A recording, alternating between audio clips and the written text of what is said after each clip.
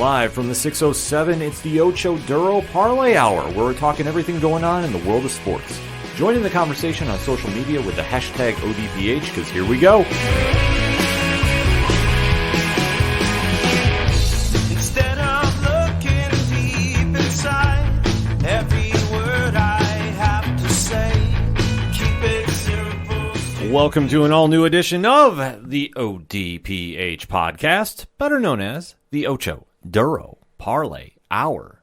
What's happening, everybody? Thank you so much for joining us this week. My name is Ken M. Joining me in studio, as always, you know this, is the one and only co-host. His name is Padawan J. Hello, hello, hello. Folks, we have a lot to talk about in the land of sports, and we definitely want to interact with you, so make sure to swing on over to odphpodcast.com. Join the conversation on our social media accounts. Check out the TeePublic store. Great time to go get some ODPH swag. Parlay Points blog section is blowing up. The classifieds, the directory, you name it. If it's ODPH, it is there. And always remember to use the hashtag ODPHpod.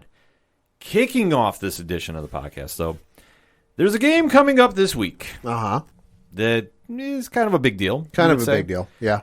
Arguably the biggest sporting event in North America, maybe the world, arguably. Easily the number one television event, because I don't want to necessarily call it a program. The number one television event in the Western Hemisphere. Rest of the world, who's to say? But in terms of, North America, Canada, and, the Western Hemisphere, very large event. Yes. And that is the one and only NFL Super Bowl taking place in Los Angeles, which is an ironic home game for those LA Rams this year, going on this Sunday as we are recording. Is it a home game if their fans literally never show up? That is a very good question. I mean, because they tried restricting where you could buy, like you had to be from you had to be from a certain zip code going into the NFC Championship game, that they were trying to get super restrictive, because the one notorious thing about the Rams ever since they moved out to Los Angeles, and even the Chargers I think have run into this issue too, is they just can't get folks to turn out to the game. And it's not the usual thing like you see with the Dodgers all the time, where like you watch Dodgers highlights, or if you're on the West Coast and you're fortunate enough to be able to watch those games, it's not like Dodgers games where like the first couple of innings, the seats behind home plate are empty, but then by like the fourth or fifth inning, maybe even later, they're filled just because, hey, LA traffic fucking sucks. The Rams games are just like always filled with opposing teams' fans. So they tried restricting it for the NFC Championship game, and it still backfired. Like 60-40, if not more, were Niners fans.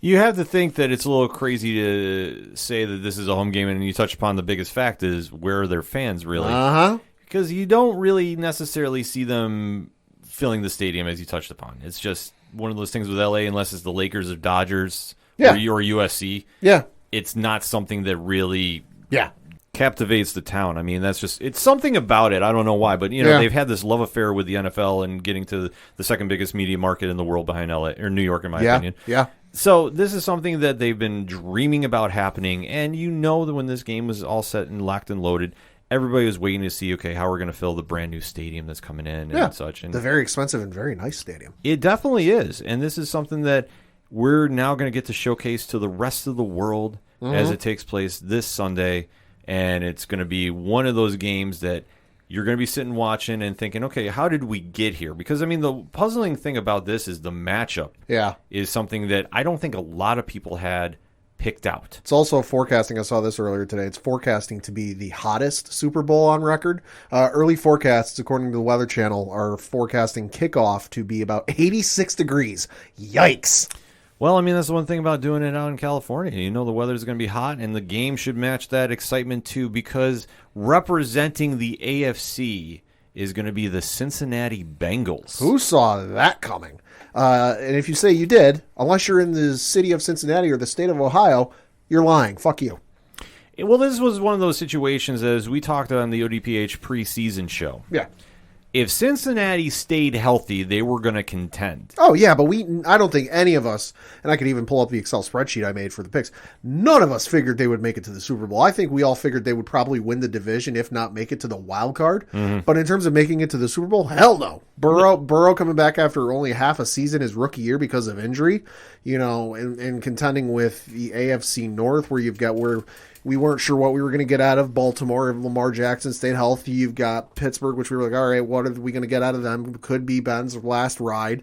Which version of Cleveland are we going to get? So we figured they would contend if the chips fell in in the right place, and they did, but never Super Bowl. It was never a situation that we thought they'd get there this quick. Yeah. But as you touched upon, Joe Burrow has had this resurgence in Cleveland, or Cincinnati rather, Yeah. where we all thought it was going to be Cleveland that was going to be representing Yeah. Ohio in the Super Bowl. But the Bengals, under his leadership, have really stepped up their play, especially in these playoffs, where they have been playing, I don't want to say bend but don't break, but they have hung with teams that on paper should be absolutely wiping them off the floor. Like, it shouldn't even be a contest. But the game against Kansas City just rings out about how good this team is. Yeah, I mean, just looking at the way how they got there, they finished the regular season with a 10-7 record, winning the AFC North on like the last week of the year. You know, they in the wild card round, they had a home game against the Las Vegas Raiders where they won by the final score of 26-19. You know, and that was kind of a toss-up just because, listen, the Raiders are good, but you don't know which version is going to show up. If it's the version that shows up great, then you're going to have a bit of an issue, but then you got the other version. And obviously there were some other shenanigans involved. Go listen to our, wild card coverage to talk about that whole nonsense. We're not going to get into that again. But they were able to pull that out there. Okay, so then the next week in the divisional round, they went down to Tennessee to play the Titans, which is always a tall task, especially when you have Derrick Henry coming back from injury, presumably fresh legs, but they ended up pulling that off by the final score of 19-16, thanks to Evan McPherson's robotic leg. Yeah. And then shocking the world in the conference championship, going into Kansas City and knocking off the two-time defending AFC champs in the Kansas City Chiefs in overtime by a score of 27-24. It's an absolutely wild ride that they've been on, but they're embracing this and really trying to make the best run of this they can because nobody had expected them to get there, like we touched on. So the fact that they're here is really an astonishment to how this team is done. Yeah.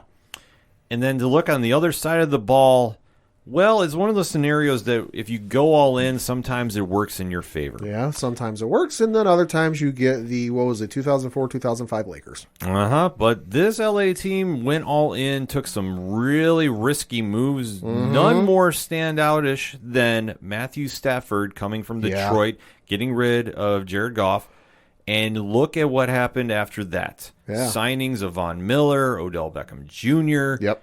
and this team got hot at the right time.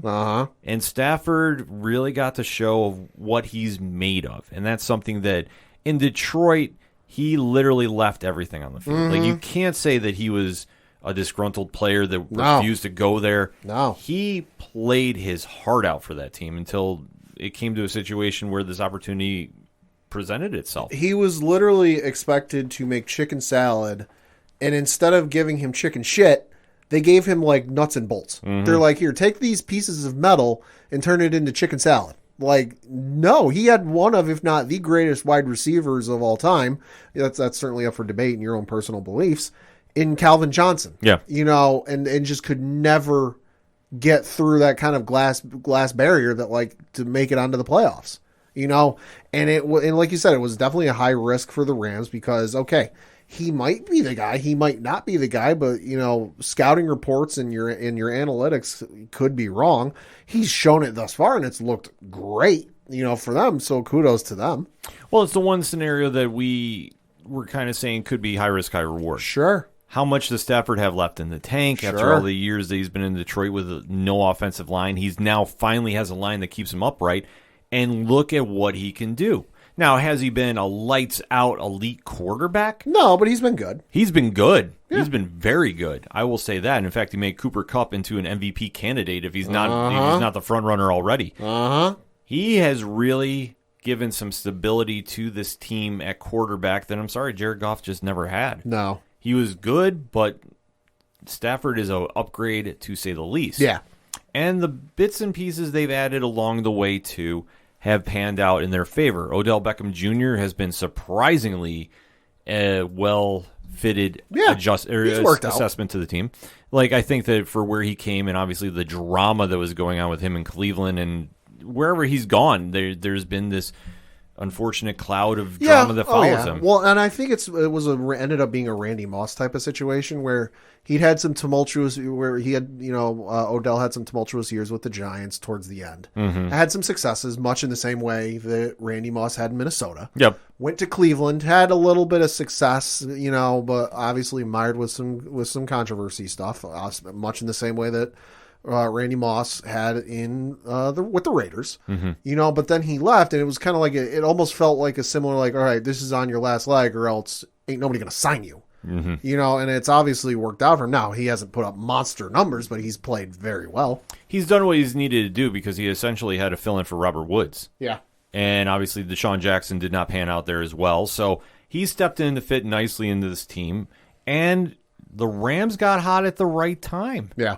I mean, they almost blew it against Tampa Bay. Like, we can't say that this was an easy road in the playoffs looking at who they faced. Yeah, so the Rams ended the season with a record of 12-5. In the wild card round, they faced the Arizona Cardinals at home, where they won handedly, 34-11. Okay, and then in the divisional round, they played the Tampa Bay Buccaneers, defending champs, in Tampa Bay, where they won by the final, they won by the final score of 30-27. But let's not forget, at one point, the Rams were up 27-3, and Brady almost pulled off another epic comeback, were it not for a hell of a catch from Cooper Kupp and then a game-winning field goal. And then you had in the conference championship round against San Francisco at home, they won by the final score of 20-17. It's been an interesting ride with them, to say the least. But now doing the matchup on paper, we have to give our official predictions for this. Yeah. But I want to kind of look at the offensive side and the defensive side for both teams. Sure. And then what could be an X factor for each team going into this. Offensively, Pat, who are you giving the edge to? But see, this for me is absurdly tough, because I think from the quarterback aspect, and this is nothing against Burrows, this is just from experience, I got to give a slight edge to Stafford, just because he's a little more experienced. Burrow is, technically his second year. It's a year and a half, so I got to give that edge to. They're very closely matched on offense, though, because they've got Mixon is their first string running back over at Cincinnati.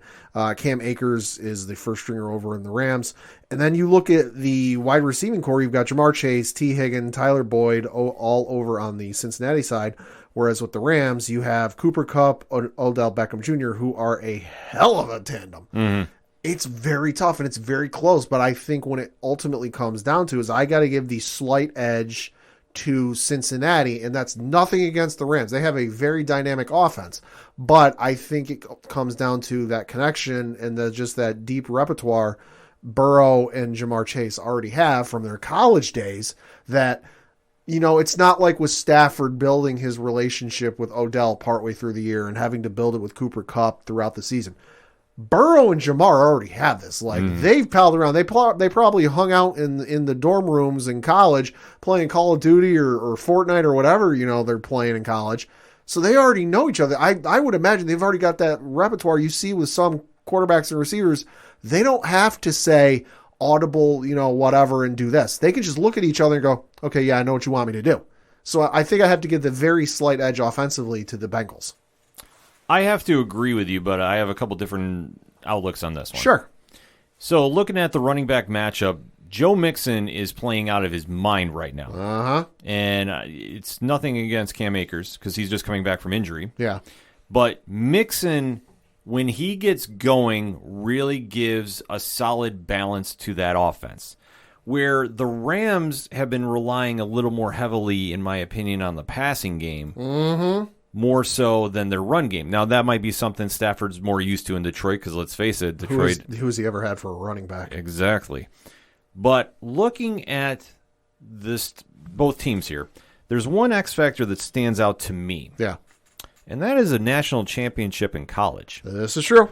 Because out of the two quarterbacks, who has won one? Joe Burrow. Right.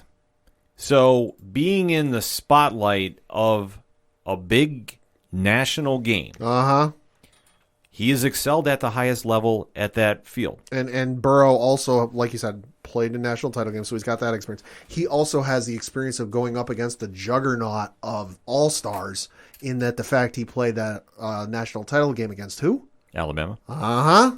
So that is something that you have to give a little experience there. Not saying Stafford isn't experienced. Oh, yeah. But let's face it. it's different when you're going into a regular season game. Yeah. Then you're going into a Super Bowl that'll be airing all over the world, the most highly viewed television event of the year. Well, and it's just a different game just from the standpoint of not even just like on the field and all the pressure and all this and all that. But I saw a clip from like a watch party Fox or Fox Sports 1 was doing where Aqib Talib was on there and he was talking and he goes, listen, the Super Bowl is just so different. Everything is longer. Yeah. You know, the pregame stuff where you're used to your routine and how fast and how slow you do things, that's longer. The halftime is twice as long. It just everything is longer, so it really throws you out of your element. Now, the time difference between a college regular season game and the national title game, probably not as extreme as the Super Bowl. Oh, absolutely. But at least there's that familiarity on Burrow's side of, okay, this is going to be different. Mm-hmm. And there's one thing when they get going in the game, but this is a situation that I think Stafford might struggle in a little early. Could be. Because there's going to be those butterflies. There's going to be those nerves because every move you do in a game like this is going to be under a magnifying glass that you're not going to be comfortable with. Right, and no amount of like backyard fantasies or street or playing on the street by street light, scenarios you work out in your head will ever prep you for this. No, absolutely not. That no amount of coaching or advice from players or coaches can ever mentally, I think, get you ready for this moment until you're physically there. It's one of those moments that, like, to understand the thought process and the mentality you have to have for this game, you don't understand it until you're there. Yeah, it's going to be something that I fully feel they're going to be having some issues with for Stafford. And it's not to say he can't get back on track and he can't get recomposed, but it's going to be something that with Burrow, I think he's got a little bit of an edge here because he's been under that spotlight before. Right. But that's the one thing. College is a prep course for real life. Oh, yeah. So this is something he's been prepped with. He handled that composure very well because going against Alabama is no easy feat, to let alone come back with a W. Uh-huh. So I think that he might edge him out a little bit. Mixon, I think, is a stronger runner than Akers. Yeah. And then you look at the wide receivers. Cincinnati, even though they lost their tight end, I still give that edge to. It's close, and I know you're going to say, well, Cooper Kupp. Yeah, he is the MVP in a lot of people's eyes. Yeah. But don't sleep on Jamar Chase. He'll burn your ass. And that's the one thing that I think that they might, in a weird sense, cancel each other out. And then you have to look at the number twos. Okay, OBJ versus Higgins. Right. Higgins is still freaking insane. And I think Higgins flies under the radar a lot because he just goes out there and balls. He's not doing the usual headline grab moves that Beckham has done, and that's Higgins like a week or two, like either the divisional round or the conference championship round, had like 6 catches for like 100+ yards. Yeah, like he's great, but he flies under the radar just because of all the attention Jamar Chase is getting. And that's something that I think might be the X factor here. That defense might sleep a little bit on Higgins because everybody's going to focus on Chase, which I don't blame them. Yeah. But it's going to be a scenario that if they're going to need a 3rd and long late, I'd be looking for Higgins. Right, and that's the thing too, is you got to figure on both sides of the ball. Cooper Kupp's going to get a lot of attention. Jamar Chase is going to get a lot of attention. So you're going to need your 2s, your 3s, your tight ends to step up. And in terms of just looking at it on paper, I like Cincinnati's 2s and 3s and tight ends a little bit better. Yeah, I mean, that's something as well, too. Like I said, they're down their starting tight end, but I still think Cincinnati can overcome that. Oh, yeah. And like I say, looking at the running game, Mixon is a better runner. I'm sorry. He's having a monster year, too. And that's the thing. He's healthy, and that's something that has really plagued the Bengals over the years, that you really have to think that now they finally have a stable running back that's been healthy, that's been going through everything, that hasn't been hurt for an extended period of time. Yeah. This is what happens when this team is really going. And their offensive line has played well. Yeah. At times. The one exception being that divisional round game. Right. So like I said, it's been a little tough with them doing that there. Yeah. But even with the Rams having a little better line, I mean, like I said, Akers has been a little banged up. Sony Michel is there too, but he's not really exactly scaring anybody as well. No, even his days in New England, he wasn't doing that. Right. So this is one of those scenarios that, looking at this team, I give that edge to Cincinnati, but it's close. Yeah, no, it is. But there's certain X factors that you got to look at away from the tape on the field. How is the big spotlight, especially in LA, where you know it's going to be a celebrity-filled game more so? It's going to feel like a Lakers home game more than a football game. If Jack's like front row, yeah, it will feel like that. It's going to have that vibe to it. So who's really going to stand out and be comfortable in that spotlight? And say what you will, but Joe Burrow is just embracing that life. Oh, yeah. So I think that's where you got to give the edge to there. But it's close. Let's flip it over to the defensive side. Defensive side on paper, I got to give it to the Rams. You know, that's obviously not a slight against the Bengals because, hey, you did go into Kansas City and you did hold the 4-time or 2-time or whatever, how many time, AFC defending champs to 3 points for the entire second half and overtime.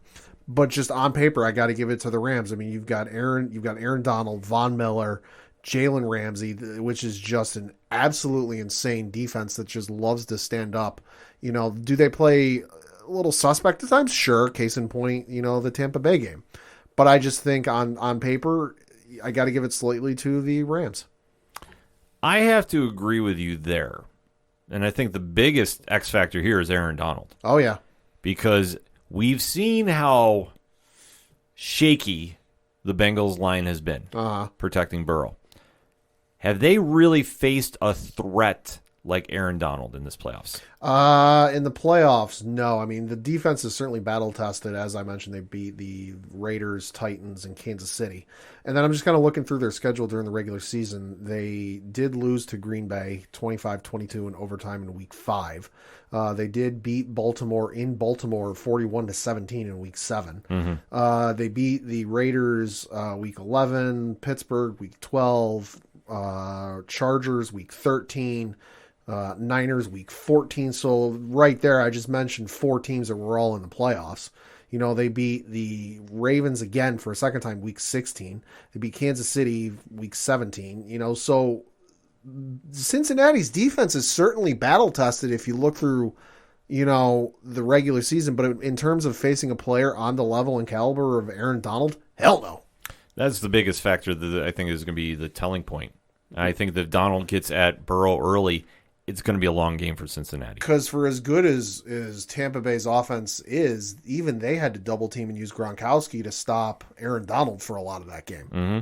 And I think Cincinnati knows this going into it, but looking at the other side of the ball, there really isn't anybody that scares you on Cincinnati's side as much as Donald does for the Rams. Like, I'm sorry. I think Cincinnati has a very solid line for defense, but if you're going to compare, the Rams are a little more ready there. They're a little more athletic. Mm-hmm. I think they're going to be putting a lot of pressure on Joe Burrow, but I think Cincinnati can at least hang with the Rams because the one thing is, as shaky as this team has been in the playoffs, the Rams have been equally as shaky. Oh, yeah. The fact that you let Tom Brady at 44 tear you apart and beat you. Yep.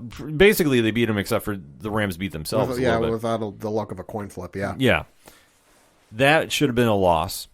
The 49ers should have been a loss for you as well. Yep. But then again, we like to throw when we have the lead. Still don't understand that. Kyle Shanahan, second half play calling. Yikes. This is another factor that's now coming back to haunt them. Yep. And if Garoppolo's not looking at the sidelines and actually moves the ball downfield, it's a whole different ballgame. Yep. So the Rams are not exactly striking fear into me like the Ray Lewis Ravens were going into this game. No. But I think it's all going to come down to, can the Bengals stop Aaron Donald? I don't fear Jalen Ramsey at this stage of the game. I think Jamar Chase is still going to get off for some points. Oh, yeah. Well, and even I'm looking at their depth chart right now for the Rams. Ramsey's listed as questionable. Right. But I think that it doesn't matter. I think if they can physically walk onto a field, you're going to see him show up for this game. It's the Super Bowl. And I think that looking at Cincinnati's side, can Eli Apple contain Cooper Kupp for the most part? Right.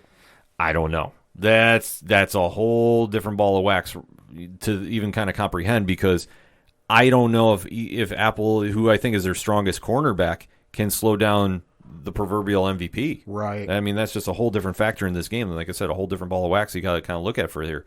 But it is possible that he might be able to slow him down if they can get enough pressure on Stafford. Sure, they'll use a little bit of help, but yeah. So that's going to be almost an even matchup per se, but I like LA's defense a little better. Yeah. So then looking at the special teams, the coaching, What stands out to you that could be an X factor here, Pat? Well, the dude with the biggest what in the room, Evan McPherson, and the freaking robotic, insane leg that he has. That's obviously a kudos to him. I think in special teams, I got to give it to him, him alone, just because no disrespect, to the kicker, Matt Gay on the side of the LA Rams. But like, I've seen the video of Evan McPherson kicking the cap off of a water bottle when it's on top of a ledge in his Florida days. What the fuck? I think in terms of head coaching, I got to give it to the LA Rams and Sean McVay, just because I don't know if you've seen it, but there's a video from a couple years ago where I think it was Bleacher Report was interviewing Sean McVay, and they were giving him week specific, game specific, and like what down and what side of the field they were on, and like what happened with that play, and he can name the play down to like the play type was or even the play call. And he's a freaking robot. So I think in terms of the head coaching, I got to give it very slightly to the Rams and Sean McVay. I agree with you on both fronts. I think the Shooter McPherson there is going to be a big part of the Cincinnati offense. I think if they can get him close to anywhere he can hit comfortably, they're going to go for 3 a lot. I don't think, and that's not a slight against the Bengals, but it's just the Rams, I think, are giving him that many problems that I think it's going to be a lot closer than people think. Looking at the coaching, though, Zach Taylor, I don't think has ever been in a situation like this. No. And even looking at the other side of the field, Sean McVay has been to the Super Bowl, but did not have the best performance at the Super Bowl. I guess you could call it youthful inexperience. Well, I think for everybody that's writing him as the next Bill Belichick, I think people needed to pump their brakes and kind of temper the expectations a little bit. Yeah, and I decided to dig up Zach Taylor's coaching experience because I am not too familiar with him. He did play 1 season with the Tampa Bay Buccaneers as a player in 2007. He was also in the Canadian Football League. As a coach, he was a grad assistant from 2008 to 2011 at Texas A&M. He was the assistant quarterbacks coach for the Miami Dolphins in 2012. And then in 2013 to 2014, he got a promotion and was the quarterbacks coach. 2015, he was the offensive coordinator and quarterbacks coach for the Miami Dolphins. And then he was the offensive coordinator and quarterbacks coach in Cincinnati in 2016. 2017, he joined the Rams as an assistant wide receivers coach. Then was the quarterbacks coach with the Rams in 2018. And now he is the head coach of the Cincinnati Bengals since 2019. So he's a product of Sean McVay. Interesting. That's funny. I've never heard that storyline coming out. Yeah. Maybe because I've heard it mentioned a couple of times, but yeah. Yeah, it's not been like a main storyline like, the teacher's meeting the master. Yeah, it's something about that. I figured they would do that, the teacher meeting the student. Like, I think that you would have something like that driving the headlines. But this one has really not had that kind of sizzle on the game that you would hear. I think it's just because McVay hasn't won a Super Bowl yet. Taylor, very early in his career. Like, it's there, and it's like, oh, okay. But, like, it's not necessarily in the same vein of, like, if Josh McDaniels were to meet, since he's the head coach of the Raiders now, were to meet Bill Belichick in the Super Bowl in some way, shape, or fashion. Then it'd be well, shit, it's one of Belichick's 6 Super Bowls, and one of his, this, it's like, okay, McVay's good, but he hasn't been in it long enough to really build that kind of mystique. Yeah, to build that forte. Yeah. So, that being said, we did get in a couple predictions from some of our fellow content creators. Yeah. So, let's kick it off with the one and only Dre Driven. You know what this is. This your boy Dre, a.k.a. Dre Driven. First of all, I'm happy for Matt. He finally got away from that garbage Lion team and showed the world that he's a pretty good QB with a little help. OBJ finally didn't get on that boat. He played, and he's going to Super Bowl. So hopefully they get that chip, get that win. I like both of them. I'm looking for a shootout, but I think the Rams may pull this off. I mean, I was wrong with the Bengals. I thought the Chiefs had it, but they surprised me. But I think the Rams, with that offense and that defense, I think they're going to win this whole thing. They've been there before. They got a chip before, so they've been there. So we're going to see. I have no beef with anybody winning this, though, but I'm running with the Rams. But if I'm wrong, I'm wrong, and it's all good, though. But, Ram Nation, I guess, congratulations once again to both of these teams. Can't wait to see the Super Bowl. That was the one and only Dre Driven at Dre Driven 83 on Twitter. Definitely go hit him up about this one. Shout out for the boat reference. Holy fuck. Dre went in at him. Yo. No hesitation. Well, he's a Cowboys fan. He's going to have something to say about that. I know. Now, a few of our other friends did not send in audio tapes, but they did decide to send some tweets in. Yeah. So definitely let's go through the line. First up, our guy Josh over at Talkin' Smack Podcast. I hate LA and their damn super team, so go Cincy. Yep.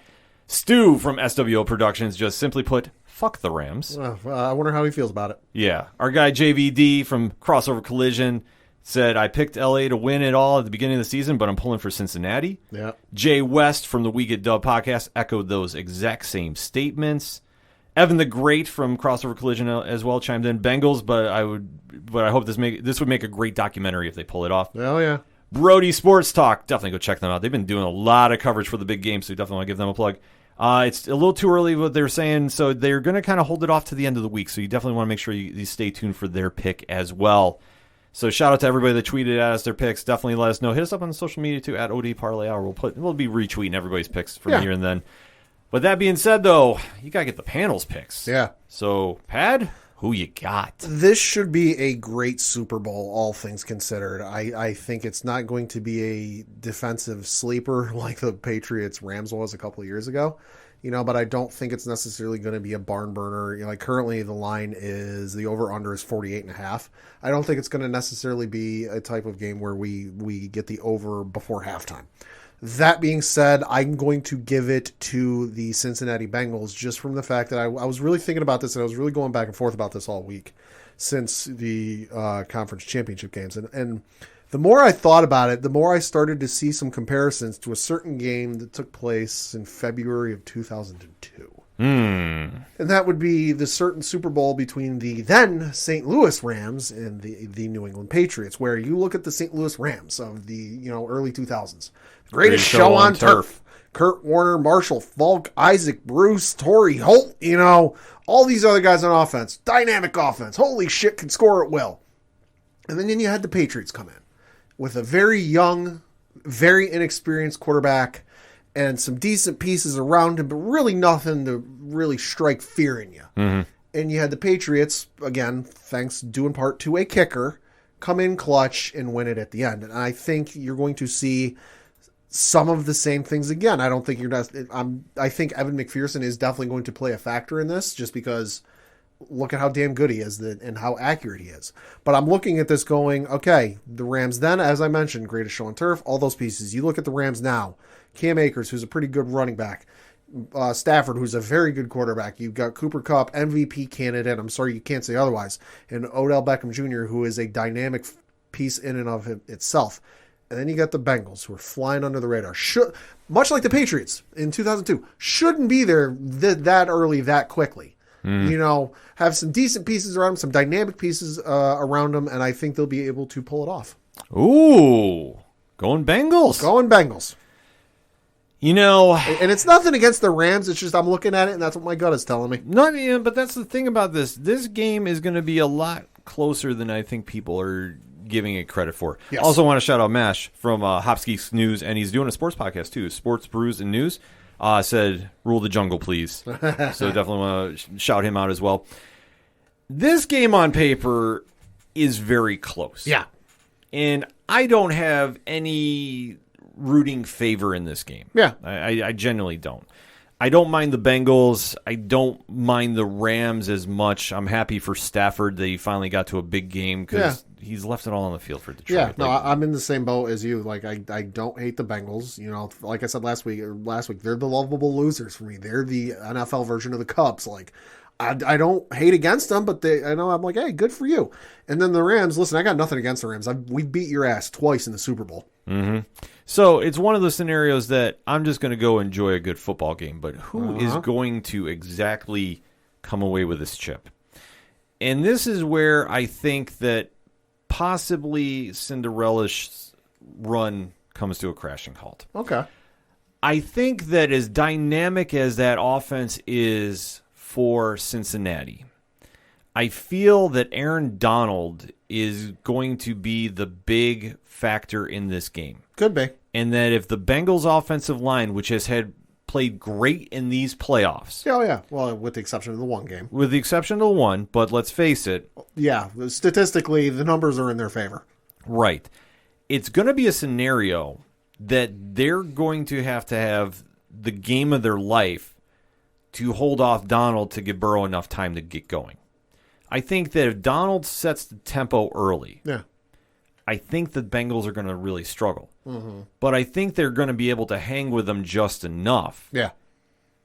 But all that being said, I like the Rams. Okay.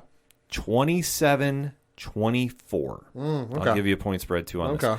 I think that the defense is going to play that much of a factor that you might see the Rams sneak one in late. And Could be. it's not. I don't see this game being a blowout. I think this is going to go back and forth very well. No. But I do give Sean McVay that much credit because he's been here before. Yeah. He realized, okay, what happened when he was trying to take on Belichick and how, well, let's face it. Blew up in his face. Yeah. I think that loss is a good loss because you can say you've been there, you know what to expect. There's going to be a lot of pressure. Yeah. But I think it's something that I think he'll be okay with, where on the flip side, the Bengals really have been playing with house money this entire time. Oh, yeah. Could they pull it off again? It's possible. I think if it's 24-24 late, I'd give the favorite to them. Yeah. But I think the Rams are going to just kind of jump out a little early. If they get up maybe, let's say, 14-10 at halftime, I don't think it's going to be anything easy for the Bengals to come back in there. No, I don't think we're going to see a scenario like when New England played the Falcons and it was like 28-3. Yeah. I don't think we're going to see necessarily anything that wide. I think the widest point margin we'll see is 7, maybe 9 points. Or no, 7, maybe 10 points. Sorry, forgot math there for a minute. No, I agree with you too. Like, this is not going to be a blowout. Like, you're not going to see a 28-3. No, like I unless Joe Burrow has like the worst game of his life for Stafford, I think that you're going to see this being like a 14-10 at halftime and then a 27-24 win. Like, I fully see that happening. I think both of these teams are really mirrored a lot. Sure. And it just depends on who wants it more in that moment. And I think with Burrow being there, I think that'll help that Cincinnati offense. Their defense, though, while good, I mean, they've been playing overachieving a lot. I guess is a nice way to put it. Playing a little over their heads, really trying to, steal a couple games here and there. Can they do it against a Rams offense that when it gets hot, it's almost unstoppable? Almost. But as we've seen in these playoffs, the second half, I don't know if they gas out. I don't know if they put it on cruise control. They seem to let off the pressure. Mm-hmm. If they do this against a Bengals team that has nothing to lose, or the fact they're here is like gift enough, the Bengals could sneak this out. They could, but I think part of my reasoning and thought process with the whole thing is the Bengals are, like you said, are playing with house money. They theoretically shouldn't even be here just because they're so young. Burrow's so inexperienced. Jamar Chase, it's his rookie year. So they're playing with house money. They got nothing to lose. Like, if they lose the Super Bowl, it'll suck and they'll be disappointed. But, hey, you got a lot of years ahead of you. Oh, absolutely. You got plenty of time to make up for it. The Rams, you almost have to win. It's a home game. You're sleeping in your own bed. Mm-hmm. You don't have to worry about any of the antics with fans outside of the hotel rooms and making noise to keep you up at night. Yeah. You get a home cooking. You get to see and kiss your wife before you go to the game. Like, you get all the amenities and benefits that come with playing at home. You have a stacked lineup on offense and defense where I just looked on Spotrac.com. They'll have 19 players as free agents after the season is done. Yeah, this is winner go home. This is a winner go home type scenario. So that's why I think for the Rams, all the pressure is on them. There's obviously pressure on the Bengals because, hey, you have to deliver. Sure. There's an entire city with no school the day after, and there's a lot of kids who are going to be disappointed if you don't win. Mm-hmm. But I think when it comes to the pressure, can the Rams live up to it? I don't know. Just because you look at that game against Tampa Bay, and they almost blew that fucking thing. I just don't know. Can they win? Yes, obviously. Otherwise, you wouldn't. Oh, sure, yeah. You wouldn't be here. But I just think I give the edge slightly to the Bengals. No, I mean, I get that fully, Pat. I do, but that's why I say the whole win and go home, and I know that's like, well, it's the end of the season. I don't think people realize that this team is not going to be back in this next year unless they pull off some cap magic that we have never seen in our lives. Right. They just have enough free agency issues that this was literally built to win this year. Oh, yeah. If they don't come back with the chip, the season's a failure completely. I'm looking at Spotrac.com and the LA Rams list of free agents, and among them are Von Miller, who is an unrestricted free agent, Sonny Michel, an unrestricted free agent, Odell Beckham Jr., an unrestricted free agent, among the other, 16 names that I hadn't mentioned. Right. I mean, that's something that this team is going to be a completely different team next season. I don't know if they get back here. I don't think they do. I don't think so. Not unless, like you said, there's some magic and wizardry done by their front office with the salary cap and all that. But this team is going to look very different come next year. Right. So that's what I say. I give the pick to the Rams. But if the Bengals win, I'm not going to be mad either. I'm rooting for the Bengals, but I think the Rams are going to do this, and I think it's going to be a close game. Even Rich from 3FN was saying that as well, too. I know he didn't give his official pick, but we were talking yesterday about it. And he's saying he feels the Rams are going to do this as well. Either way, it is going to be a fantastic game to check out Sunday, February 13th, live on NBC. Peacock will be streaming it as well. 6:30 p.m. Eastern Standard Time, so you can do the math where you are watching in the world. The halftime show is going to be epic. Dr. Dre, Snoop, Kendrick Lamar, Mary J. Blige, Eminem. It's going to be amazing. It's going to be a spectacle. It's going to be a great time to watch the game and put the 2021-22 NFL season to rest because it's going to be a fantastic game. Yeah. We have given you our picks. Now we want to hear yours, ODPH Society. Hit us up on that hashtag ODPHpod. Who you got for the big game coming this Sunday? Cincinnati Bengals, LA Rams. Let's discuss, shall we? We're going to take a quick break. We'll be right back. Hello, I'm Anthony. And I'm Dr. Issues. And we're hosts of Capes on the Couch, the podcast where comics get counseling. Superheroes don't always get to go home happy. That's where we come in. We offer psychiatric and mental health analysis of comic book characters. So check us out at capesonthecouch.live and across all social media platforms at Capes on the Couch. Coming back for another segment of this edition of the ODPH podcast, and it's time to talk some UFC. Yeah. Finally, we have a pay-per-view to discuss. Coming up this weekend, live from Houston, Texas, is UFC 271. One very big title match to be the main event, but they also have some very solid matches on the main card. So, Pad, let's talk about them, shall we? So the first matchup we're going to talk about is on the main card, and it is a middleweight matchup between Jared Cannonier and Derrick Brunson. Yeah, this one could be a little title implications. You never really know. I mean, obviously, with the champion of the middleweight division being so dominant, you never know who's going to be stepping up there. And this is something where Cannonier and Brunson could make some noise about getting that title contendership match after this one. Both guys are very solid fighters. I do like Cannonier just a little better. I think that his striking is a little more on par, and I think he's a little more well-rounded, but I don't doubt Brunson coming away with a win here as well. Pat, you got any feelings on this one? So, yeah, just some stats and some general information for those of you keeping track at home. So this is, as I mentioned, a fight for the middleweight division where the current champion is one Israel Stylebender Adesanya. This is Jared Cannonier is the current third-ranked fighter, and Derrick Brunson is the current fourth-ranked fighter. Both of them have Marvin Vettori in the number 2 position and Robert Whittaker in the 1 position ahead of them. So for his career, Jared, in 19 professional matches, has a record of 14 wins, 5 losses. He's on a 1-fight winning streak. He beat Kelvin Gastelum in his last fight by unanimous decision. That was back in August of last year. He lost to Robert Whittaker in the fight prior to that by unanimous decision. That was back in October of 2020. And prior to that, he was on a 3-fight win streak, beating the likes of David Branch by knockout, Anderson Silva by knockout, and then Jack Hermanson by knockout.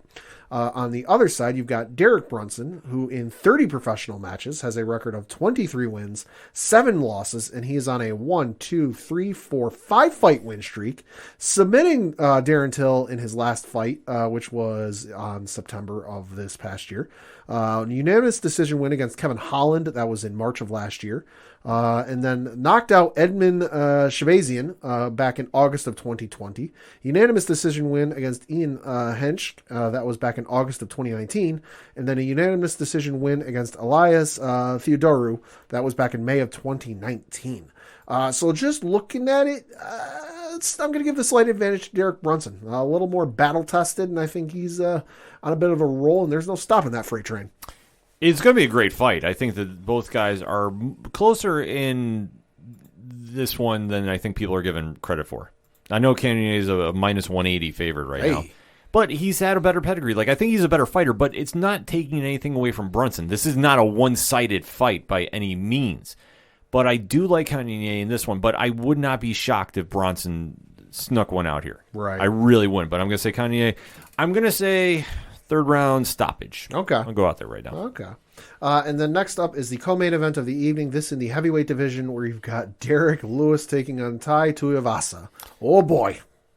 Well, I'm going to tell you this. Hi, the children, folks. This is going to get ugly. It's going to be an ugly fight. Do not come here looking for jiu-jitsu. Do not come here looking for any kind of technique. You're going to have a wild brawl. What is it Big E likes to say in WWE? Big meaty men slapping meat or something like that? Yep. That's all this is going to be. Absolutely. And you know what? I'm here for this. Derrick Lewis is number 3 fight, a ranked fighter in the UFC's heavyweight division. Tuivasa is number 11. Which is an interesting matchup, although then again, UFC's rankings matter as much as AEW's do, and not at all. Exactly. I mean, this is something that they have been kind of politicking to do this for a while. Like, both guys have really wanted just to fight each other. And there's not like an animosity thing. It's just Tuivasa is one of those fighters. He comes out, he does shoeys after the fights. Yeah, he does. Derrick Lewis has said on record, I am not going to do a shoey if I win. Yeah, they're going to have a lot of fun in this one. That's what this fight is going to be. This is one for the fans. And I can't stress this enough. You're not coming here to see technique. No. You're coming here to see somebody get knocked out. Hell no. I don't know who I like in this one, to be honest with you. Like, I usually take Derrick Lewis here, but Tuivasa is no slouch in his own right and has pulled off some crazy knockouts in his run here in the UFC. So I know, Pat, you got those stats lined up? Yeah, so Derrick Lewis in his professional career has 35 matches with a record of 26 wins, 8 losses, 1 no contest. He is on a 1-fight win streak, knocking out Chris Dukakis in his last fight. That was in December of last year. Lost to Cyril Gane via TKO in August of last year. And then prior to that, he was on a 4-fight win streak, beating the likes of Curtis Blades by knockout, Alexei Olnik by knockout, Ilir Latifi by unanimous decision, and then Blagoy Ivanov by split decision. I'm looking, this is literally going to be, no matter how this comes down, is going to be like a knockout or a decision win, because in his career, Derrick Lewis only has 1 win by submission and 1 loss by submission. The 1 loss by submission comes via Daniel Cormier at UFC 230. That was in November of 2018, so duh, of course. And I'd be interested to see a video on this if it exists. His 1 lone submission win comes from way back in his career, November 12th, 2010, for a federation called Worldwide Gladiator, where he beat a gentleman named Rakeem Cleveland with an armbar, which I love. What? Yeah, so Derrick the Beast Lewis, Mr. My Balls Are Hot, has 1 armbar submission win under his record. I'd love to see footage of that. I got to find this. And then on the flip side, you've got Tai Tuivasa, Mr. Shui himself. In 16 professional matches, he has a record of 13 wins, 3 losses. He's on a 4-fight win streak, defeating the likes of Augusto Sakai via knockout in his last fight. That was in December. Greg Hardy via knockout in July of last year. Harry Hunsucker, yes, that is his name, via TKO. That was in March of last year. And then Stefan Struve via knockout in October of 2020. So both, and he's got 0 submission wins under his belt and 1 submission loss. So like I said, not much wrestling in this one, folks. No, this is not going to be any kind of technique. You're going to see hands thrown. You're going to see amazing sound clips leading up to this, because Derrick Lewis is always amazing on a microphone. And Tuivasa is probably coming out to some Spice Girls. Probably. Let's be honest. He likes to put on a show for the fans. And like I say, this is one we're just going to have some fun with. But Pat, who you got? I'm going to take Derrick Lewis just from the sheer fact there's a little bit of hometown flavor with this one. He resides in Cypress, Texas, but this fight is taking in Houston. So a little hometown pop, a little hometown cooking. Nothing against Tuivasa, but I'm going to give it to Derrick Lewis. Yeah, I'm going to say this. Somebody's getting knocked out. Yes. I just can't figure out who, but all right, I got to make a prediction. Gun to your head, prediction. I'm going Derrick Lewis. I mean, here's the thing. Tuivasa can knock somebody out, and he stands in the pocket a little too much. If you do that with Derrick Lewis, it doesn't matter. Derrick Lewis can summon the hammer of Thor in his hands and just knock you silly. Like, that's how crazy he can do with his power. Yeah. So if Tuivasa is going to stand and bang with him, it's going to be a short night. But I do like Lewis. I guess I'll make official prediction. But this will be one of the most talked about fights for all the pregame and postgame nonsense that goes on with this one. Yep. And I'm here for that. But now we have a main event, though. Yeah, so this is for the middleweight championship where you've got Israel Adesanya defending his belt against Robert Whittaker. So some of the stats, you've got Robert Whittaker, who in 28 professional matches has a record of 23 wins, 5 losses, is on a 3-fight win streak, defeating the likes of Kelvin Gastelum by unanimous decision in his last fight. That was back in April of 2021. Jared Cannonier, who he beat by unanimous decision in October of 2020. And then Darren Till, who he beat by unanimous decision in July of 2020. We should note, did fight Israel Adesanya back in October of 2019, that was his last loss. And on the flip side, Israel Adesanya in 22 professional matches has a record of 21 wins, 1 loss, currently on a 1-fight win streak. He beat Marvin Vettori by unanimous decision in his last fight back in June of last year. Lost to Jan Blachowicz in March 6th of 2021. Should note, though, that one was for the light heavyweight championship, and that was his first fight at light heavyweight light heavyweight division, where he made the brilliant decision to fight at his normal weight and not bulk up when Blachowicz bulked up. Yeah. Brilliant idea. Prior to that, he won like every single fight. Here is the thing. Adesanya, I understand what he was trying to do against Blachowicz. We just got to throw that fight out. That Sure, fight, a little asterisk. yeah, you can't really kind of count that against him. Yeah. Arguably, he is the next Anderson Silva. Fights very similar. He has a unique style to him. He is not afraid to go in there and be a little more aggressive than Silva, which is something I really like about him as a fighter.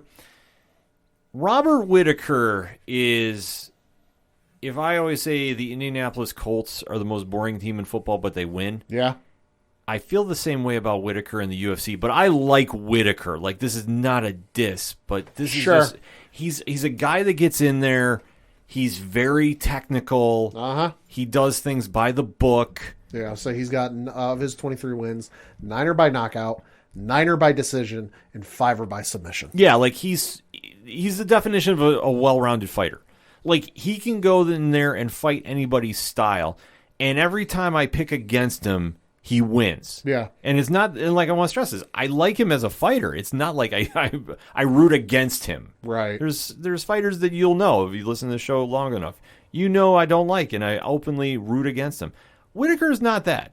But Whittaker is one of the more puzzling fighters in this division because if he loses to Adesanya, where do you go from here? Yeah. And I don't see him going up to light heavyweight. No. I damn sure don't see him dropping to 170. That's not going to happen. He's really got a tough challenge on his hands. And Adesanya at this weight class, I mean, that's his weight class. I'm sorry. Him going up to 205 unless he was really going to bulk up. Right. I don't see that purpose. Like, I understand he is the next Anderson Silva. Right. Silva could go up there and do some damage, but Silva, is one of those unique fighters once in a generation. He had great success up there. Adesanya, the first go-around, not so much. Yeah. So him being the king of the 185s is not a bad thing. So that being said, I got to go Adesanya here. Yeah, I'm thinking the same thing. I mean, I'm just looking at Adesanya's, record and some of the folks he's beaten. Paulo Costa, Yoel Romero, Robert Whittaker, Kelvin Gastelum, Anderson Silva, Derek Brunson, Brad Tavares, Marvin Vettori, just a who's who of, middleweight division guys that, the one asterisk on his record is that loss to Jan Blachowicz. But again, he made the boneheaded decision of not bulking up leading up to the fight, and he stayed at his normal fight weight. Yeah, so, I mean, you have to throw that one out. I mean, Yeah. it's just him feeling himself a little too much. Yeah. That, but fighters do that. I mean, you have to have that certain confidence and swag to be successful. I mean, that's why you see he is now a rising star in the UFC. Oh, absolutely. He puts on memorable performances. He's scary when he gets in that cage, and that's what I think. I could see him stopping Whittaker third round, and it's nothing against Whittaker. Like, could Whittaker win this fight? Absolutely. Oh, yeah. But I don't necessarily know if he's going to be able to pull it off because I think Adesanya gives him too many problems with his speed and his striking. I just think that that's going to be the X factor in this fight. Then the question becomes, where do you go from here? And there is some rumblings, and Pat, I just want to know your opinion on this. Sure. Adesanya will arguably clean out the division after this one. I believe so, yes. After Whittaker.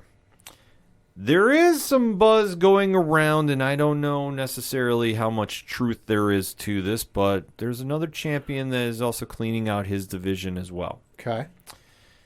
And after his next fight, the rumors are kind of swirling. Maybe he's going to move up a weight class. Okay. So after this fight, is there a chance we see Kamaru Usman versus Israel Adesanya? I think if the cards are right, and if all the stars are in alignment, sure. Why the fuck wouldn't you do that fight? Whether it'll happen or not, I don't know. People and their way they think are funny sometimes. I mean, you look at boxing and how many years did people say they wanted to see, they wanted to see Floyd Mayweather fight Manny Pacquiao, and we didn't get it until it was way too late just because they were both boneheaded. This could turn into the same situation, where we want to see him fight for so many years that when it finally happens, it's well past the prime of when it should have happened. Do I think it'll happen? Oh, hell yeah. I think they'll look at the pay dollars and the rough estimate of how much they'll make on the fight and go, no, yeah, we're in. Yeah, I fully think so, too. I think that's the fight you got to make if you're Dana.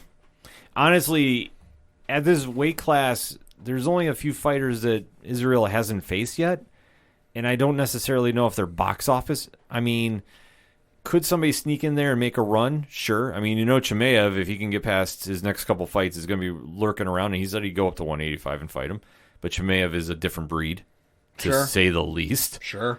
So I think if this happens, I think Dana's really got to sit down and talk about this. And if Usman wants to move up for that payday, I mean, that's going to be a hell of a fight, too. I mean, Usman is pound for pound the best fighter on the planet, bar none. So yes. I don't exactly know what you'd go from here, but it all depends on if Israel can beat Whittaker on Saturday night. I think he can. It's going to be a good fight. But after that, either you're going to have one of two things. Either you're going to have Whittaker retake the belt, or you're going to have Adesanya really start asking some questions about where do I go from here. Yeah. Either way, there'll be some fun fights going on this Saturday night. UFC 271 will be live on pay-per-view. But hit us up on that hashtag ODPHpod. What is your thoughts about UFC 271? Who you got in the big fights? We definitely want to know. We're going to take a quick break. We'll be right back.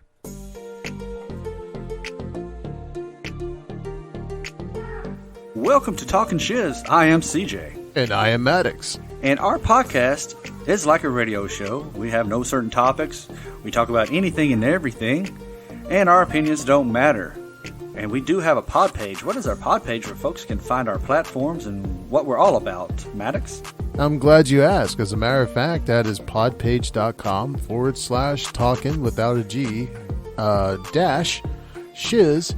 And that's where it's our one-stop shop. It has everything there. It has all of our donation links. It has all of the content that we have created, our recent related reviews, and it even gives you where you can find us on different applications such as Google, iHeartRadio, you name it. We're in almost in every single branch of applications out there, so please check it out. There's even, if you want to become an official Shizzler, we even have merchandise.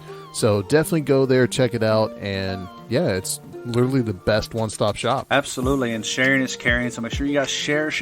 We're on Twitter, and that's talking_shiz, Instagram, talking_shiz. We have Facebook, we got our pod page, we have different platforms, Apple Music, Spotify, what Maddox said, we are everywhere. So definitely check us out, and we definitely appreciate you guys listening. Yes, thank you guys, and we'll see you on one of our episodes.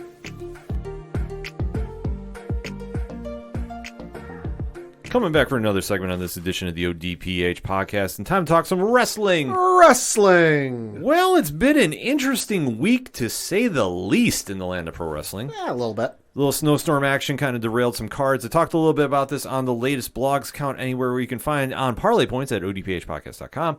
But there's a couple stories that I know Pat has got a little opinions to say. Sure. So do we want to kick off with a little WWE reaction? Yeah, sure. So, of course, WWE coming up very shortly here, February 19th. So that is not this Saturday, but the Saturday after that. Taking place in Jeddah, Saudi Arabia, is Elimination Chamber. And we talked a little bit about it, but there have been some developments going on with what's exactly happening on the card. So, obviously, we mentioned the Elimination Chamber match for the WWE Championship is taking place, and you've got Bobby Lashley taking on Brock Lesnar, Seth freaking Rollins, Austin Theory, Riddle, and AJ Styles. Yeah, that's going to be an interesting match. Should be. Not quite sure what's going to happen with that, although I'm going to say between Bobby and Brock, a couple of those pods are going to get absolutely fucking destroyed. Yeah, the whole chamber is going to be a mess. Yeah. Also announced, you've got Becky Lynch taking on Lita in a singles matchup for the Raw Women's Championship. Mm-hmm. You've got the Usos, Jimmy and Jay Uso, taking on the Viking Raiders in a tag team matchup for the SmackDown Tag Team Championships. Yeah. You've got Drew McIntyre taking on Madcap Moss in a singles matchup because reasons. They're high on him. Like, even I think it was Paul Heyman was putting him over in an interview, if I'm not mistaken. Like, they see something in it. And like, listen, I have not seen it yet. The Madcap gimmick. Sure. Say what you will. I mean, Baron Corbin gets over, and he's one of those wrestlers that he will always be in a program with somebody. He's getting near that Dolph Ziggler status. Right. Where they'll plug and play, and he can go and put somebody over and really kind of develop somebody. That's where Corbin is. And if Madcap is going to be the next guy around there, that's not a bad stat to be in. Yeah. And then lastly, or not, second to last, you've got a women's elimination chamber matchup for a chance to take on Becky Lynch for the Raw Women's Championship at WrestleMania 38.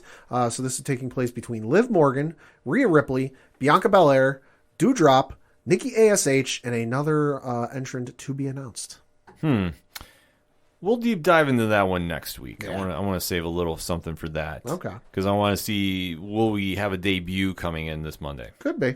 I've also got some speculations just based on some house show matchups they've been doing because they've been doing, what is it, like fatal four-ways between, Becky, Bianca, Doudrop, and Liv Morgan. So if they're, and I've been reading they've been doing that at house shows, so if that's their dry run for WrestleMania, I'm all for it. I don't know how you'll get there, but I'm all for it. And then lastly, and certainly not leastly, we kind of wondered what would go on with Roman Reigns and his Universal Championship matchup at Elimination Chamber. I know we were kind of thinking, no, maybe that's where you're going to have Seth Rollins challenge. Turns out to not be the case. Because it's time for his annual appearance, much like Puxatawny Phil in Groundhog Day. Hey, it's time to go to Saudi Arabia. It's time for Goldberg to show up. So Goldberg came out on SmackDown this past week and said, I acknowledge the tribal chief. I also acknowledge that you're next, and I'm jumping the line and reasons. So you've got Roman Reigns taking on Goldberg in a singles matchup for the WWE Universal Championship. Okay. So as a fan, I'm not excited about this. Nope. I could care less. Goldberg is not going over on this. I would be shocked. I think if you gimmicked the matchup in that, like, it was Hell in a Cell, or it was like, Street Fight or Falls Count Anywhere, I'd be all right with it. I wouldn't be okay. I wouldn't be over the moon about it. But okay, I can see this, just because I did watch the last Crown Jewel event, and this Street Fight or whatever it was they had between Bobby Lashley and Goldberg was actually not that bad. Wasn't the greatest thing I've ever seen, but it wasn't the worst thing I'd ever seen. Sure. But in terms of just like a straight up singles matchup between the two, I couldn't care less. I just don't see a real point to it. But I understand from a business standpoint, I get why Goldberg does reach out to longtime WCW fans to tune in, WWE, longtime fans that remember when he was a big thing in the 90s and 2000s. So I get why, and he's getting paid. I understand why he's back. I am just not excited about this at all. I know that they got to have a filler program for Roman to do something. Yeah. I strongly don't see Goldberg coming away with it. He might. No, although Common Man Vince Totally did throw out that possibility by me that, old Goldberg beats Roman and then Lesnar beats Lashley for an Elimination Chamber, so you'd have Goldberg versus Lesnar again at WrestleMania, belt for belt. And I'm like, oh God, no, please. No, I think we're going to have belt for belt by the time we get there. Oh, I do too. I fully think we are, but I think for this week, though, the fact that you're having Goldberg just come in for that quick payday, listen, it's going to be what it's going to be. Kudos to him. He's getting money Like, I'm not mad about it. Yeah. I have zero interest in this match. I was actually more interested about the SmackDown announcement that Charlotte Flair has her opponent picked out for Mania, or should I say somebody picked her out for WrestleMania. Yeah. One Ronda Rousey. Yep. Thoughts on that, Pat? I mean, it makes sense. You know, all the rumors and speculation were that she would be choosing Charlotte Flair for this year. I know a lot of people were thinking, oh, maybe against Becky. Nah. You know, okay. You know, I'm not necessarily excited for it, but like I said, you know, last week after the Royal Rumble, with a 2-night event, you need 2 big events to take place on, you know, both nights. And let's face it, Charlotte versus Ronda does put butts in the seats in terms of just name power alone. Yeah, I mean, it makes a lot of sense for that. And I'm not as mad about this as I think a lot of people on the internet are. Look, Charlotte is a draw. Whether you love her or you hate her, she's a draw. She is one of the marquee people in the women's division. So, like, I understand, and you're touching upon the right notepad. Yeah. It's WrestleMania. Every match is supposed to have that quote-unquote big fight feel to it. Yeah. Something to draw you in.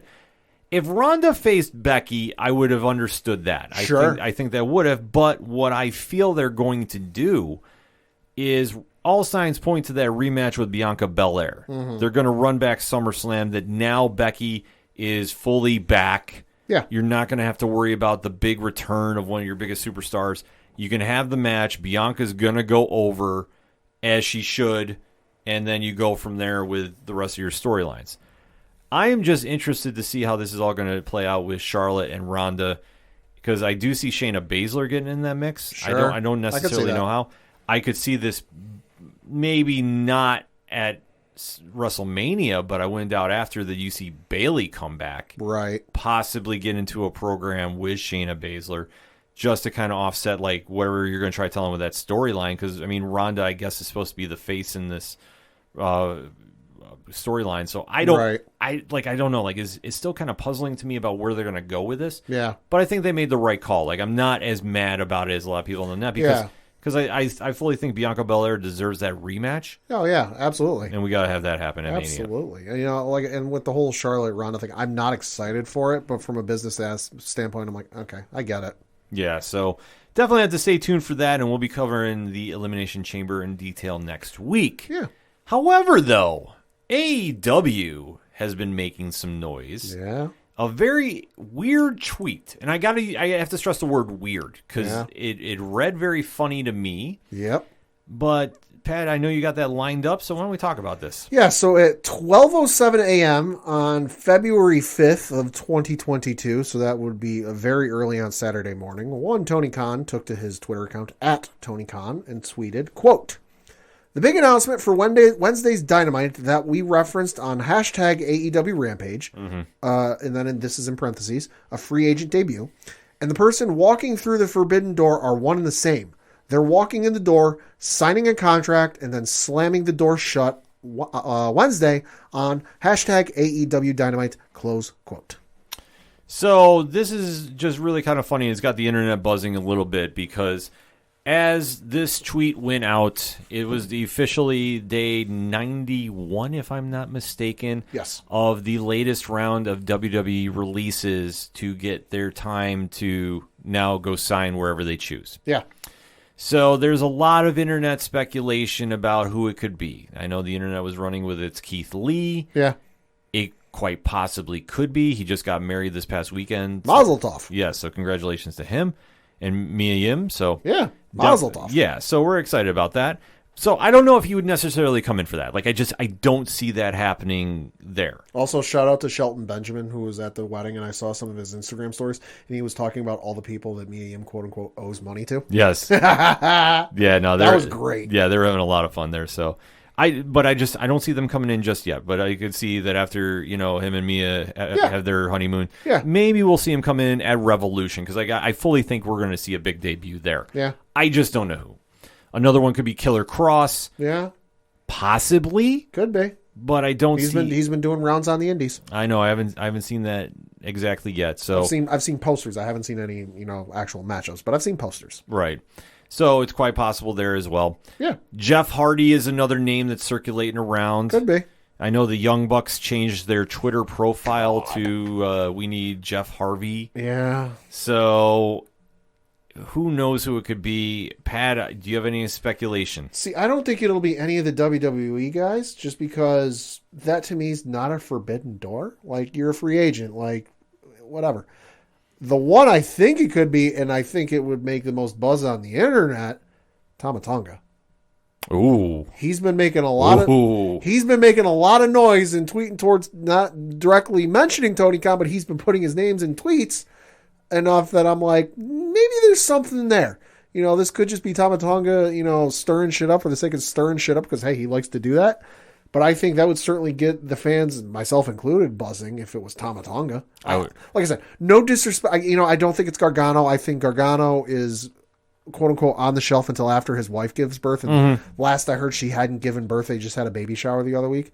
You know, so I don't think it's going to be Gargano. Keith Lee, I mean, it could be. You know, I know there have been talks that he's been in contract negotiations with them. So, but that to me doesn't okay, that's expected. That's not something like hyping up on the internet, like, oh my God, someone's going to be showing up. You know, I think if it's anybody and it would deliver, it'd be Tama Tonga. I would love that. I would absolutely love that. Like, I don't think you want to be around me on Twitter when that happens. I have this bad feeling just on how that tweet's worded, and that's why I said it's so weird of how it's done, about how they're going to walk through the forbidden door, sign, and slam it shut. Sure. I have got this sinking suspicion it's Cody Rhodes. I'm telling you this.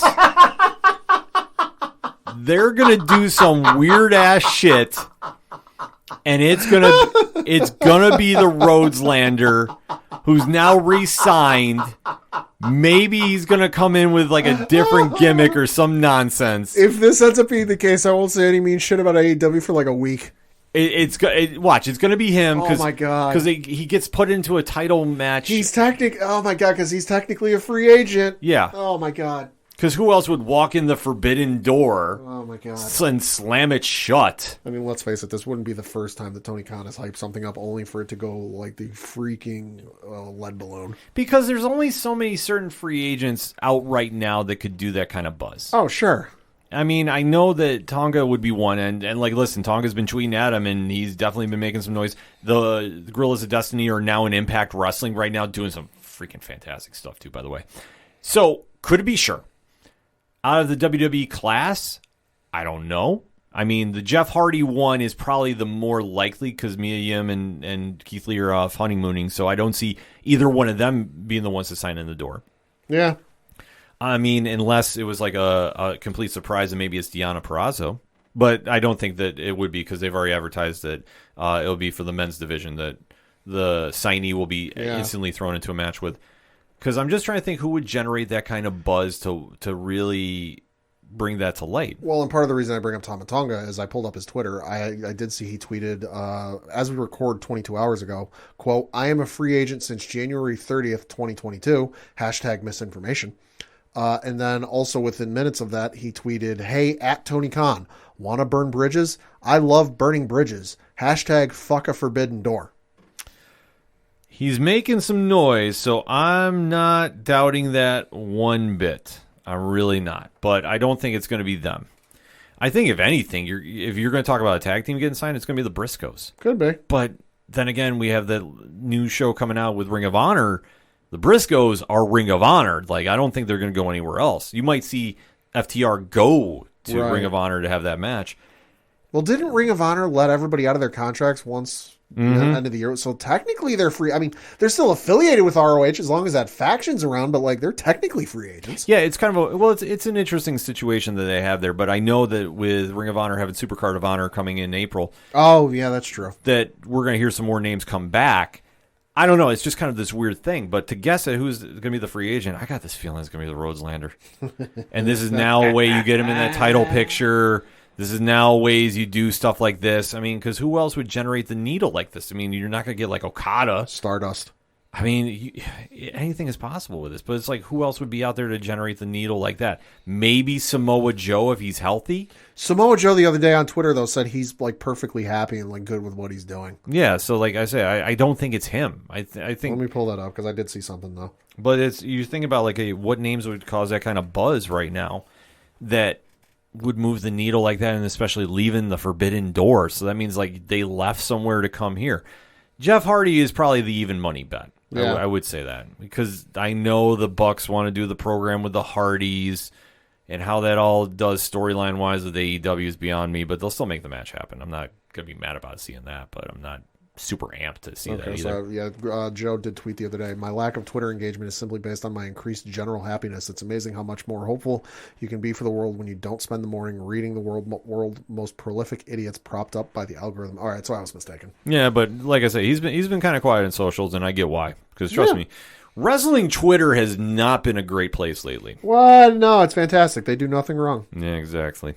They don't ruin returns you didn't expect after 10 years and completely ruin you wanting to watch another company. Mm-hmm. This is true. I mean, this is something, unfortunately, we will be talking about more on 607 TWS this week, so you want to make sure you're tuned in for that.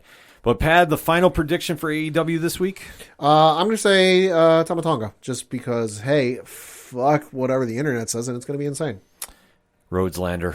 And trust me, the tweet barrage will be coming at OD Parlay Hour on Wednesday night. If it ends up being him, I might need a paramedic to revive me from laughing so hard. Yeah, because I see them doing some nonsense like this.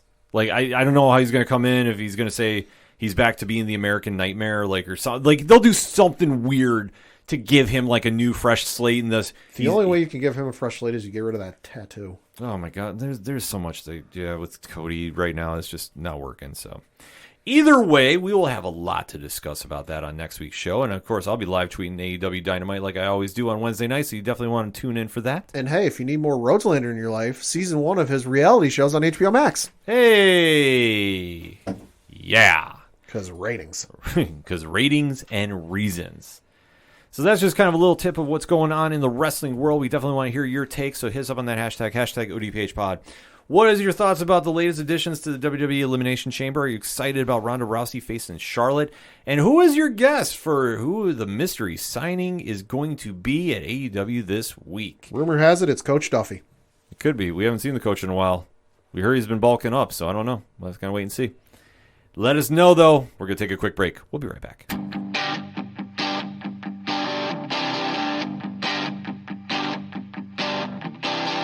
This is Tom from Tom Joe Lou. This is Matt from Sideroom Sounds. And you're listening to ODPH Podcast. Wanna go where no one knows my name, to the desert, the oceans, or the plains. 'Cause I wanna go. Coming back for the final segment on this edition of the ODPH Podcast. Pad, what you got for the last rolls? I got to talk a little bit of local minute. Looking at the standings for the Federal Hockey League, you've got the Binghamton Black Bears sitting in 4th place with a record of 18-16. You've got Columbus ahead of them in 3rd place, Danbury in 2nd place, and then Watertown in 1st place again. Watertown and Danbury are just running away with the damn thing. And then switching over to the schedule, looking at last week, they lost their game against the Watertown Wolves by the final score of 8-6. Won their game against the Port Huron Prowlers by the final score of 5-4. Won their game against the Port Huron Prowlers on Saturday by the final score of 9-6. Damn. Yeah. Lost a heartbreaker against the Port Huron Prowlers for their 3rd game in 3 nights. This was on Sunday. They lost by the final score of 7-6. Looking ahead, they are actually off for a little hot minute. They don't have another game taking place until Saturday, February 19th. That will be at home at the Visions Veterans Memorial Arena. And then they don't have another game after that until Sunday. So they're on a little bit of a break. Could be Olympics related. I'm not entirely sure. Could be. But for more information, tickets, and all that good stuff, go to BinghamtonBlackBears.com. And sticking with Olympics, the Winter Olympics are, of course, taking place over in Beijing. You've got some early medal counts currently as we record, and by the time you read this, these numbers will have changed. So, hey, as of this recording, the current medal standings are the Russian Olympic Committee. Those are the folks from Russia, because Russia is technically still banned as a country from participating. But if you can prove you are not doping or have not doped, you can still participate. So the Russian Olympic Committee, which I think also rolls off the tongue better than Olympic athletes from Russia, are currently in first place with 7 medals. Canada is in second place with 6, and then you've got the Netherlands in third place with 5. Looking at the overall standings, let's see, you got Russia, Canada, and the Netherlands. Italy's there, China. Where the hell is the United States? Wow, they're there.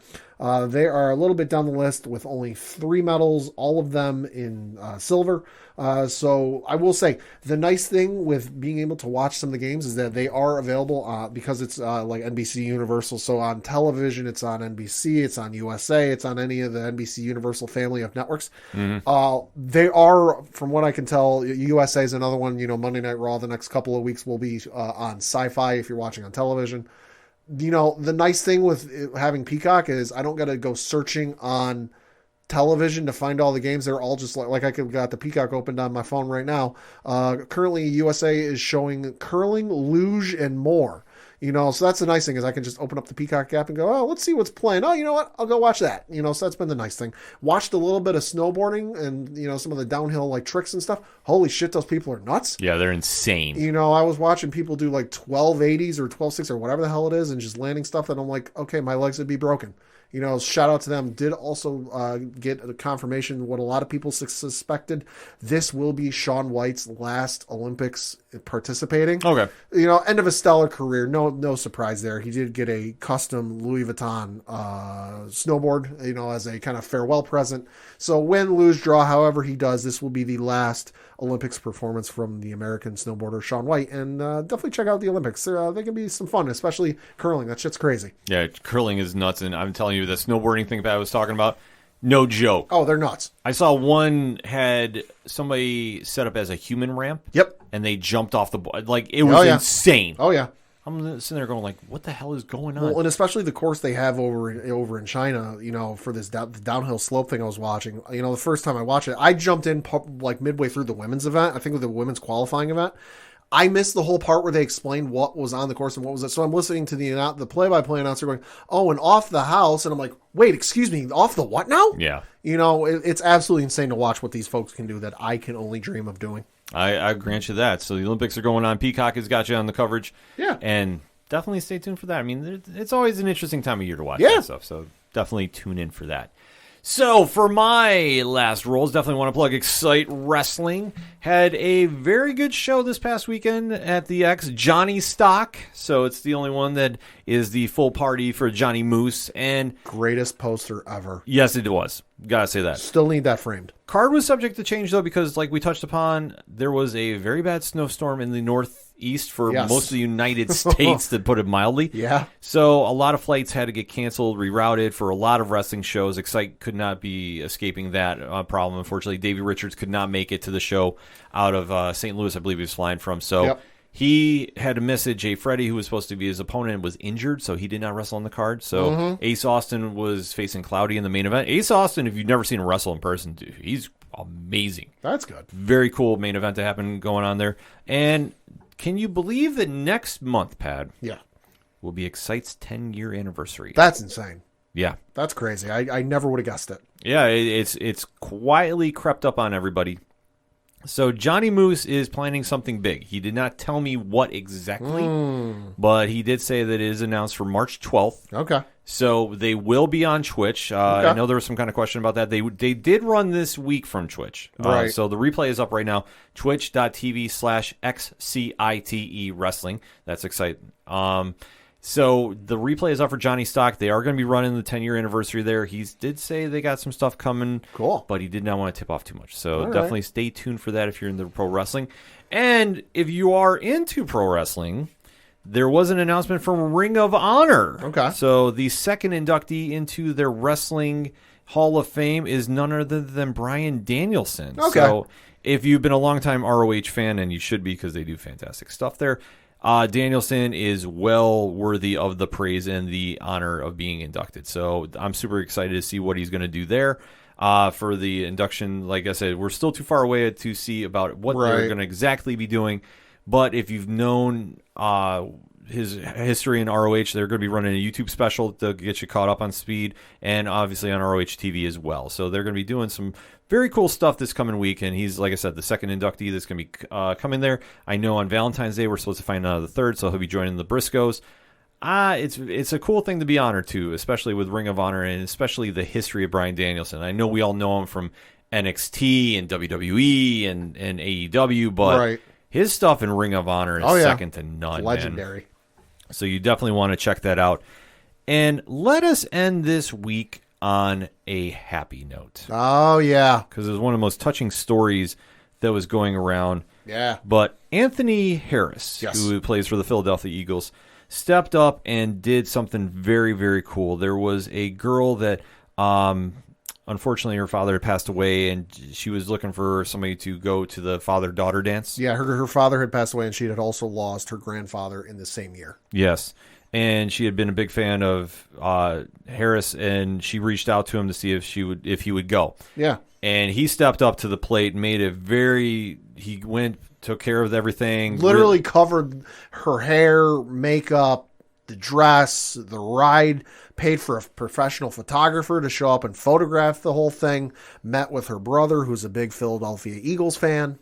Yeah, so kudos to him. Oh, yeah. So I definitely want to say, if you haven't seen the whole story, you need to go see it. There needs to be more people like Anthony Harris in this world to step up and do this. I mean, seriously, this was one of the most, touching moments I think I've read in recent memory. Yeah, and being a Patriots fan, I obviously have zero love lost for the Philadelphia Eagles for obvious reasons. Mm-hmm. But even for something like this, even I can bury the hatchet for 5 minutes. This was awesome. Well, kudos to you, sir. Absolutely. So we definitely want to say kudos to you and keep up doing the great work that you did, man, because we need more more people like you in this world. Yeah. So that all being said, the music you heard on this edition of the ODPH is that Brian Wolf. He's a great guy. Yeah. He's in Texas. He's doing things. Last I heard, he was trying to come up with maybe a new name for the band that he's in. Let me throw out the wild idea: the Brian Wolf Band. See, I was going to say the Brian Wolf Pack. Ooh, that's good. So we'll have to see. But if I want to get a hold of Brian, where do I go, Pat? ODPHpodcast.com. Right on. You swing on over to the music section. You check out all the great bands that loan us their music to play each and every week, and they do fantastic stuff. So you always hear them in our TikTok videos. You hear them on Twitter. You hear them on the promos. They do fantastic stuff. So shout out the Robots, Floodlands, Yard Party, Tom Jolu, Second Suitor, Brian Wolf. Like I said, the list goes on and on because they're fantastic people, and they need to be supported absolutely 110%. They all got stuff going on, too, so you definitely want to go check out what they're doing. But while you're at the website, swing on over to the Classified section, which has friends of the show, organizational links supporting Black Lives Matter, all the amazing pod groups we are in via their Podchaser pages. We support indie pods here at the ODPH. That's all we support is indie pods. So shout out to the Inner Circle. Shout out to the aPODalypse, and shout out to 607 Podcasts and 8122 Productions. Also, while you're at the website, check out the directory, which, Pat, how many providers are we on now? 17,000. And 3. So you can't say you can't find the ODPH on your favorite podcast player. You can't. We have the links right there. You can follow right there. It'll go right to each and every week so you don't miss a moment of content. Also, check out Parlay Points, the blog section, blowing up left and right, which thank you. Whether it's the comics or the wrestling blogs or the occasional sports one or the Mundre Minute, when Dre Driven decides to drop us a little gem of knowledge, it's all right there for your reading pleasure. You definitely want to go check that out. Got a lot of good stuff coming this week. The TeePublic store, where you can get the Pads Dealin' shirt. You can get the Parlay Club shirt. You can get so much swag. It's not even funny. All of that and so much more. ODPHpodcast.com. That's all I got for this week. So for the one and only Padawan fuck the Astros, and also shout out to Mac Jones for the greatest Pro Bowl play in Pro Bowl history. I'm your host, Ken M. What are you talking about? Stephon Diggs went through a table. That's true. That was the skills competition, though. That wasn't the actual game. Yes, but still, Bills Mafia, stand up. We're coming back next year. Promise you that. Thank you, as always, for listening to the ODPH podcast, better known as the Ocho Duro Parlay Hour. See you next time.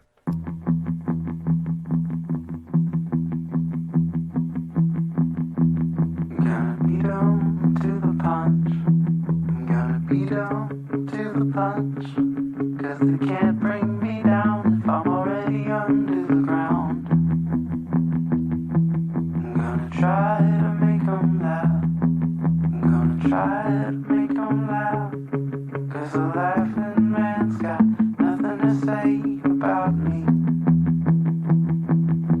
They're judging only by what they can see. This behavior goes way back to ancient history. I hope one day I'll find a way to be free. I know I can't change them. All I can change is me.